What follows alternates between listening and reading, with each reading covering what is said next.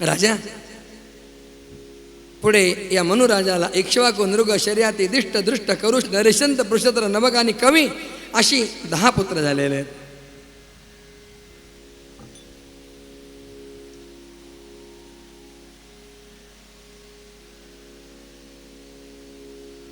राजन या सगळ्या मुलांच्या वंशामध्ये अनेक प्रकारचे राजे झाले.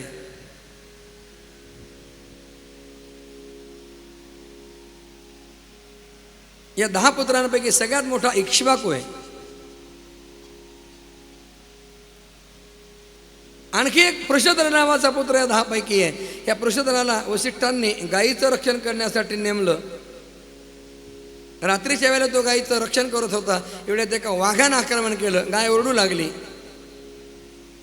पृषद्रानं आपलं शस्त्र चालवलं पण वाघ पळून गेला. वाघाचा फक्त कान तुटला पण ते शस्त्र त्या गायीवरच चाललं गेलं आणि त्या गायीचा वध झाला. वसिष्ठांनी ते पाहिलं. त्यांनी पृषद्राला शाप दिला.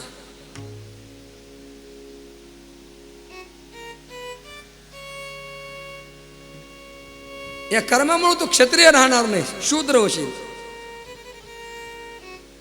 या पृषद्रानं आपल्या गुरुदेवांचा तो शाप आनंदानं स्वीकारला आणि त्यानं आयुष्यभर तप केलं. भगवान वासुदेवांचा अनन्य भक्त तो झाला.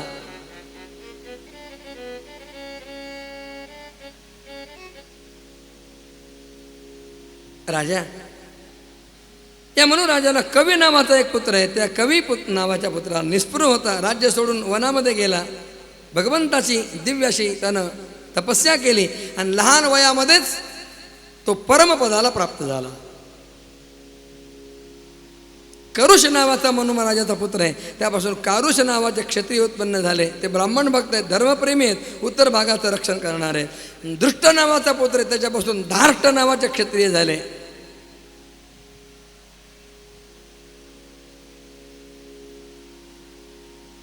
अनेक प्रकारचा वंश वाढला. यानंतर शर्याती नावाचा एक पुत्र या मनुराजाचा आहे. वेद पारंगत आहे. त्याला एक सुंदर अशी कन्या होती, सुकन्या नावाची.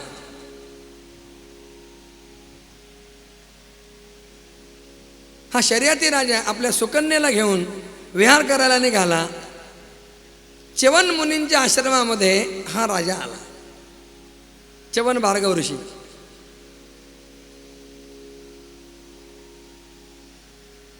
इकडे ती कन्या सुकन्या आपल्या मैत्रिणींना घेऊन फिरायला निघाली. तर तिला एका वारुळातून 2 प्रकाशाचे झोत येताना दिसले. कुतूहल वाटलं. कुतूहलवश काय केलं, हातामध्ये 2 काटे घेतले आणि त्या जिथून प्रकाश येत होता त्या वारुळाच्या 2 छिद्रामध्ये ते 2 काटे घुसवले, खोसले. थोड्याच वेळामध्ये त्या वारुळातून भयानक रक्ताचा पाट बाहेर येऊ लागला. त्या वारुळामध्ये च्यवन मुनी तपस्येला बसलेले होते आणि सुकन्यानं त्या च्यवनांचे डोळे फोडले. च्यवन ऋषी व्याकुळ झाले. च्यवनांनी काय केलं, राजा शर्यातीच्या सगळ्या सैनिकांच्या सैन्यातल्या सगळ्या लोकांचे मूत्रमार्ग बंद करून टाकले. सगळेजण व्याकुळ झाले. राजाच्या लक्षात आलं. राजानं म्हटलं, च्यवन मुनींचा कोणीतरी अवमान केलेला दिसतोय. कुणी अवमान केला? त्यावेळेला सुकन्या स्वतःहून आली आणि त्या सुकन्यानं म्हटलं, बाबा माझ्याकडनं हे घडलंय. राजानं च्यवन मुनींची क्षमा याचना केली. महाराज, माझ्या मुलीकडनं अजाणतेपणे अपराध घडलाय, आपण क्षमा करा. च्यवन मुनीनं म्हटलं, राजा मी तुझ्या मुलीला क्षमा करेन, पण आता मी आंधळा झालोय, माझी सेवा कोण करणार? माझं सगळं कसं होणार?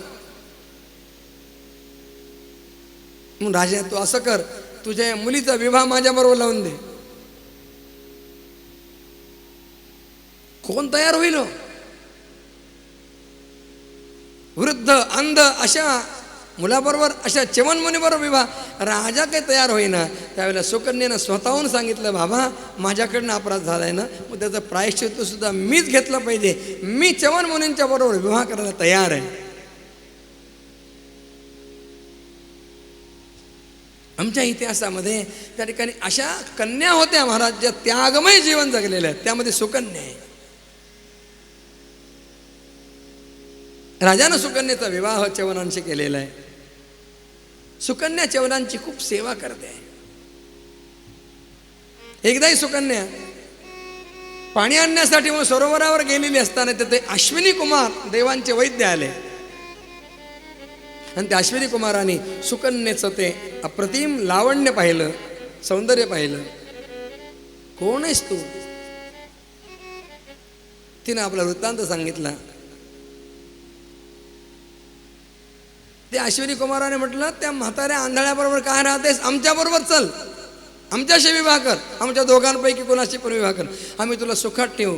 सुकन्या पतिव्रता होती महाराज. तिनं त्या दोघांना खडसावलं. माझ्याकडे वाईट नजरेनं पाहाल तर शाप देऊन भस्म करेन. अश्विनी कुमारांना सुकन्याचं ते पातिव्रत्य आवडलं. ते घरी आले,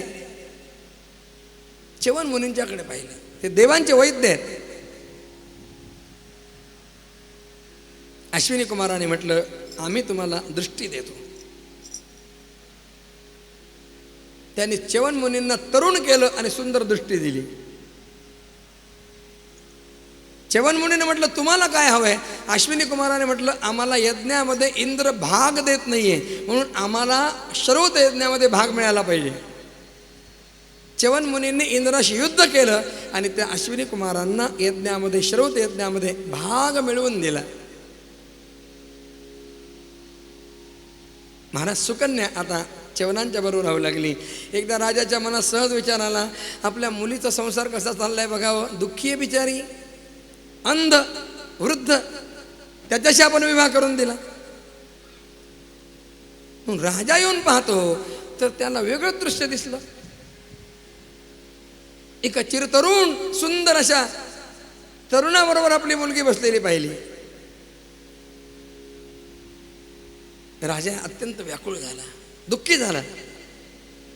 राजानं सुकन्येचा धिक्कार केला. अगं हे काय केलंस? तोंड काळं केलंस, आपल्या वंशाची पुण्याई सगळी घालवलीस. जुन्या काळातलं सांगतो बरं का मी, आताचं नाही. आता हे सगळं लोकांच्या अंगवळणी पडायला लागलं.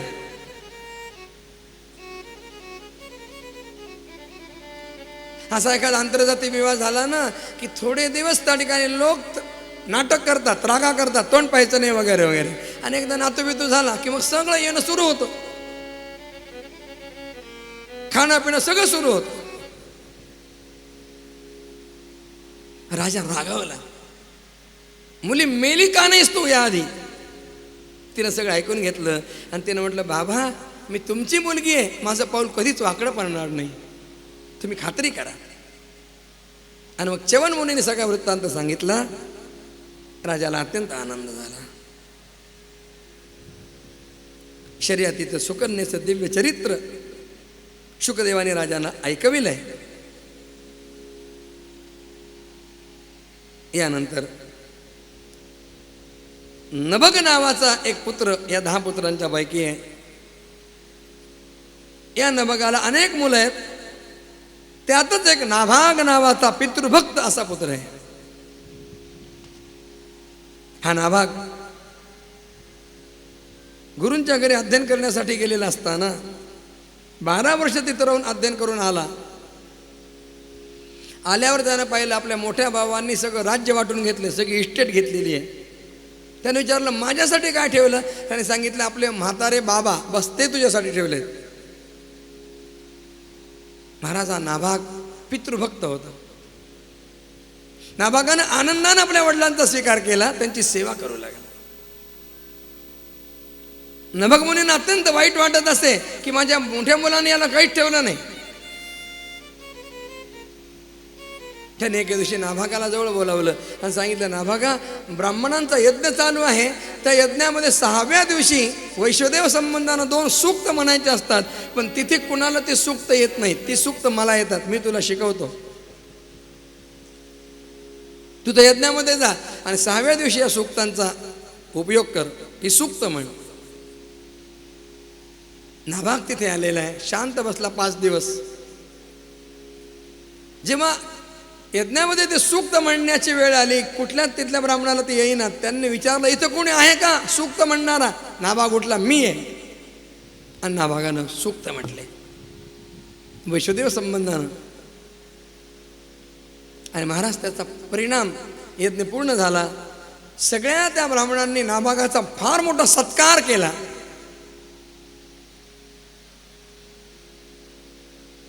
आणि त्यांनी त्याला भरपूर धन दिलं. नाभाग ते सगळं धनाचं गाठोडं घेऊन आपल्या घरी येत असताना एक काळ पुरुष आडवा आला. त्या पुरुषानं म्हटलं, यज्ञातलं सगळं धन माझं असतं, हवं तर तुझ्या वडिलांना विचारून ये. नाभाग घरी आला, त्यानं बाबांना विचारलं, बाबा एक काळ पुरुष आडवा आलाय आणि तो म्हणतोय की यज्ञातलं सगळं धन माझं आहे. नाभागाने ओळखलं तो पुरुष सामान्य नाही आहे. त्याने सांगितलं, बाळा ते सगळं धन त्यांचंच आहे, त्यांना देऊन टाक. काय पितृभक्ती म्हणावी. एखादा म्हणला असता, तुम्हाला काय, मी माझ्या कष्टाने मिळवलंय, मग असं तसं तुम्ही काय द्यायला सांगता. माझ्या वडिलांनी सांगितलंय ना. नाभागानं येऊन त्या काळपुरुषाला प्रणाम केला आणि सांगितलं, माझ्या बाबांनी हे धन सगळं तुम्हाला द्यायला सांगितलंय, हे सगळं तुम्हाला समर्पण. तो पुरुष साधा नव्हता महाराज, ते होते भगवान महादेव. आणि भगवान शंकरांना त्या नाभागाची पितृभक्ती आवडली आणि त्यांना भगवान शंकरांनी दर्शन दिलं. नमः पार्वती पते हर हर महादेव.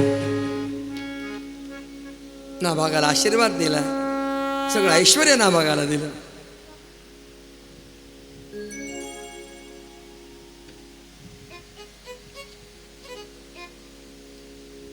पितृभक्तीच्या जोरावर नाभागाला भगवत दर्शन झालं.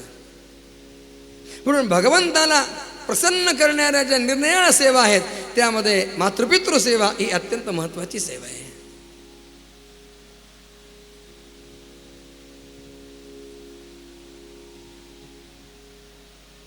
मातृपितृ सेवा. आपण पंढरीला जातो ना, तासन तास उभं राहून पांडुरंगाचं एक क्षणाचं दर्शन मिळालं तरी धन्यतेचा अनुभव येतो. तो पांडुरंग पंढरीला कोणासाठी आला? कुणी आणलं त्याला? पुंडलिक वैद्यराज पूर्वी साधिले साधन, वैकुंठीचे मूळ पीठ डोळा घातले अंजन.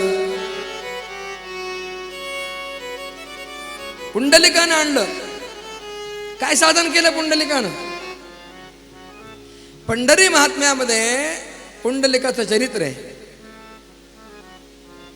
पंढरीला पूर्वी दिंडीरवन असं म्हणत असत. या दिंडीरवनामध्ये एक जन्नू नावाचा ब्राह्मण राहत होता.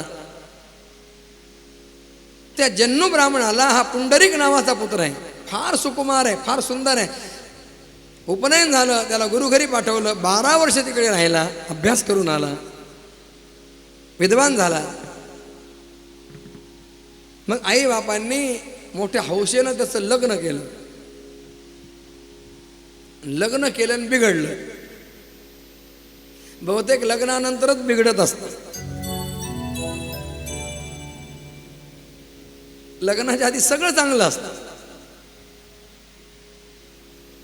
त्या पुंडलिकाला अशी पत्नी मिळाली महाराज की तिनं पुंडलिकाचे कान भरावेत आणि त्याच्या आईवडिलांच्या विरुद्ध त्याला काही सांगावं.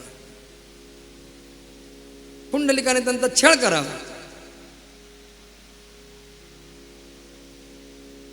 दोघांनी अत्यंत दुःख करावं.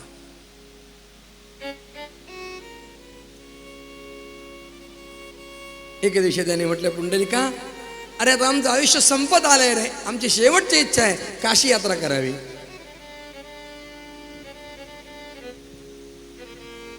पुंडलिकानं म्हटलं ठीक आहे चला. बायकोनं हट्ट केला मला यायचंय. मग तो सगळ्यांना घेऊन निघाला. पाय दुखतात म्हणून बायको खांद्यावर बसते आणि हा आई वडिलांच्या हाताला दोरी बांधून त्यांना ओढत काशीच्या दिशेनं चाललाय. एका ठिकाणी मुक्कामाला थांबला एका स्वामींच्या आश्रमामध्ये. रात्री तहान लागली म्हणून पुंडलिक बाहेर आला तर त्याला एक दृश्य दिसलं. एक 4-5 बायका मलिन वस्त्र नेसलेल्या मळकट अशा त्या आश्रमात आल्या. काही बोलल्या नाही. त्यांनी हातात झाडू घेतला, सगळा आश्रम झाडून स्वच्छ केला आणि त्या जाऊ लागल्या. जात असताना दिव्य तेजपुंज अशा बनून चाललेल्या आहेत. पुंडलिकानं 2 रात्री पाहिलं. 3ऱ्या रात्री त्यांना विचारलं मी पाहतोय तुम्हाला, तुम्ही कोण आहात? येताना खूप मलिन असता आणि जाताना तेजपुंज बनून जाता. त्यांनी सांगितलं आम्ही गंगा यमुना सरस्वती आदी तीर्थांच्या अभिमानी देवता आहोत. हे लोक आमच्यामध्ये स्नान करतात आणि त्यामुळे लोकांचं पाप आमच्यामध्ये साठतं आणि आम्ही मलिन होऊन जातो. त्या पापातून मुक्त होण्यासाठी आम्ही या ठिकाणी येतो आणि हे जे आश्रमातले महाराज आहेत ना, ऋषी आहेत ना, यांच्या पायानं पवित्र झालेली धूळ जेव्हा आमच्या अंगावर बसते तेव्हा आमचं सगळं पाप नष्ट होऊन जातं आणि आम्ही शुद्ध होऊन जातो.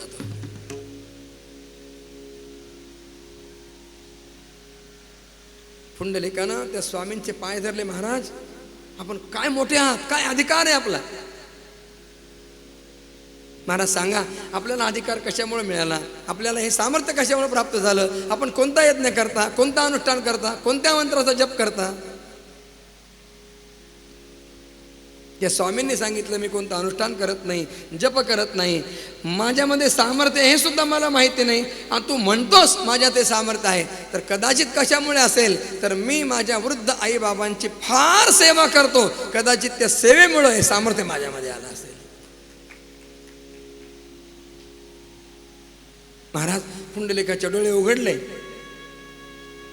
आई वडिलांना काशी यात्रा करून आणली आणि हा पुंडलिक आता अहोरात्र आई वडिलांच्या सेवेमध्ये रत झालाय. इतकी सेवा केली की त्या सेवेनं भगवान वैकुंठनाथ प्रसन्न झाले आणि त्याला दर्शन द्यायला आले. पुंडलिकार मी आलो तुला दर्शन द्यायला. पुंडलिकानं म्हटलं थांबा जरा वेळ, माझ्या आईबाबांना झोप लागते, मला उठता येत नाही तोपर्यंत.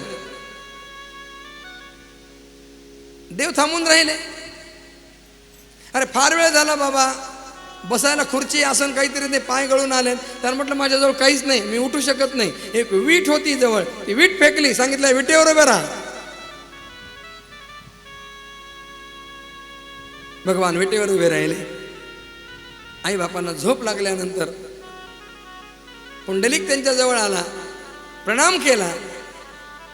देवा मला उशीर झाला, क्षमा करा. भगवंताने म्हटलं वेड्या क्षमा कसली मागतो सर, मी तुझ्यावर प्रसन्न आहे. तुझी मातृपितृ सेवा पाहून मी अत्यंत प्रसन्न झालो. तुला काय पाहिजे ते माग, मी वरदान द्यायला तयार आहे. आणि महाराज पुंडलिकानं सगळ्या जगाचं भलं व्हावं यासाठी वर मागितलं. स्वार्थासाठी स्वतःचं घर व्हावं असं नाही वर मागितलं, दिव्य वरदान मागितलं. देवा तुम्ही आता आलात ना, इथे राहिलात ना पंढरीला, देवा आता एक करा, नच जावे देवा माझे गावी होणे. देवा आता इथं तुम्ही आला आहात ना, आता इथून कधीच कुठे जाऊ नका, आहे तसे उभे राहा. आणि महाराज भक्त प्रतिपालक भगवंतानी पुंडलिक वरद हरिविठ्ठलानं पुंडलिकाला वरदान दिलं आणि तेव्हापासून भगवान पंढरी क्षेत्रामध्ये. किती दिवस झाले? युगे 28 भगवान विटेवर उभे आहेत. पुंडलिकांच्यासाठी भगवान वैकुंठाहून आले. हे मातृपितृ सेवेनं घडलं. पण मातृपितृ सेवा ही सर्वश्रेष्ठ सेवा आहे.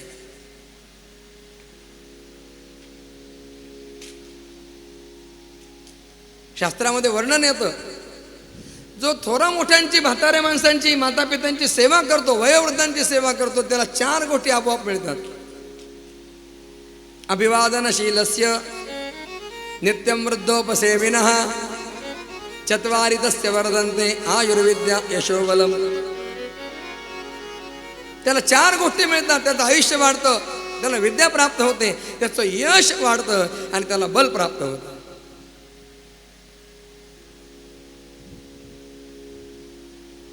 खरं सांगू का, घराला शोभा कोणामुळे? किती महागडं फर्निचर आहे आणि काय काय घरामध्ये वेगवेगळ्या वस्तू आहेत, या वस्तूंनी शोभा नाही आहे.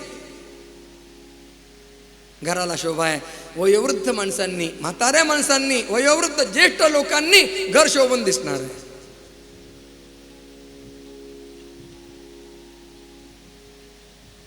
नसा सभा यत्र नसन्ति वृद्धा. ती सभा नाही जिथे वृद्ध लोक नाही. शेवटी घर कशाला म्हणतात? इटलीहून फरशी आणून लावली, अमेरिकेतून काय काय आणून लावलं. पुष्कळ लोक घराचे, आम्ही काही लोक असे पाहिले की ते भारतातलं काही घेत नाही, ते कुठे विमानानं फरशी आणली म्हणे इटलीहून, प्रचंड खर्च केला. काय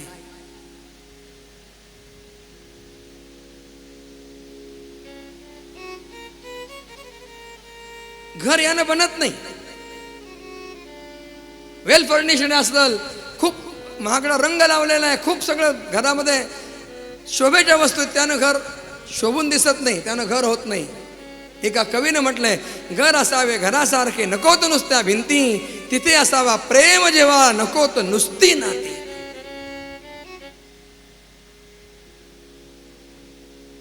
घरामध्ये असणाऱ्या कुटुंबीय जनांच्या परस्परांच्या बरोबर असणाऱ्या प्रेमानं घर ही संकल्पना पूर्ण होते.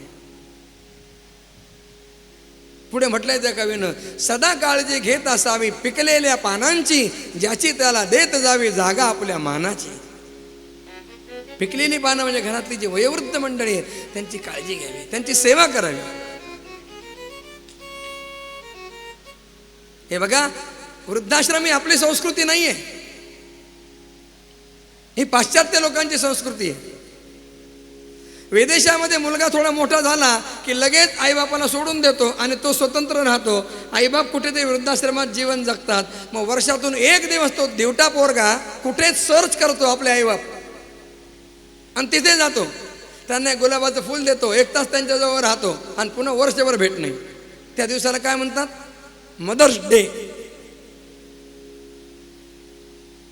पूर्वी नव्हते डे, आता इतके डे निघालेत ना, दर 1-2-4 दिवसावर काहीतरी डे असतात. म्हणजे स्वामीजी विदेशात गेले होते तेव्हा तिथल्या लोकांनी, तिथल्या मुलांनी त्यांना विचारलं, स्वामीजी तुमच्याकडे मदर्स डे कोणता असतो? आमच्या स्वामीजीने फार सुंदर उत्तर दिलं. त्यांनी म्हटलं, मी रामचंद्रांच्या देशातला आहे, मी विवेकानंदांच्या देशातला आहे, मी पुंडलिकाच्या देशातला आहे. आमच्याकडचा every day is mother day and father's day. आमच्याकडचा प्रत्येक दिवस हा आई बापांचा दिवस आहे.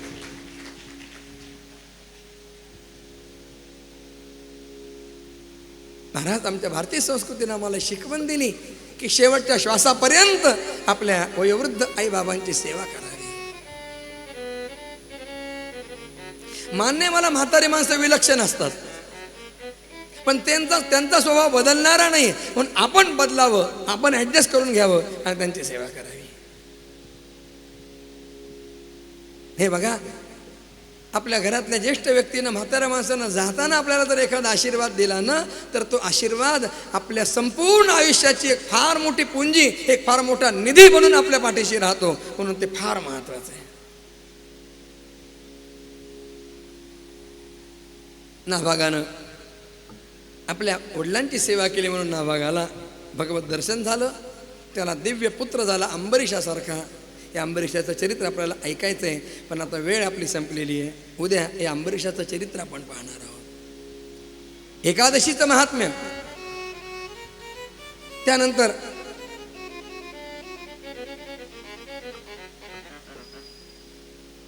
भगवान मर्यादा पुरुषोत्तम श्रीरामचंद्रांचं चरित्र, थोडीशी रामकथा आपल्याला उद्या पाहायची आहे.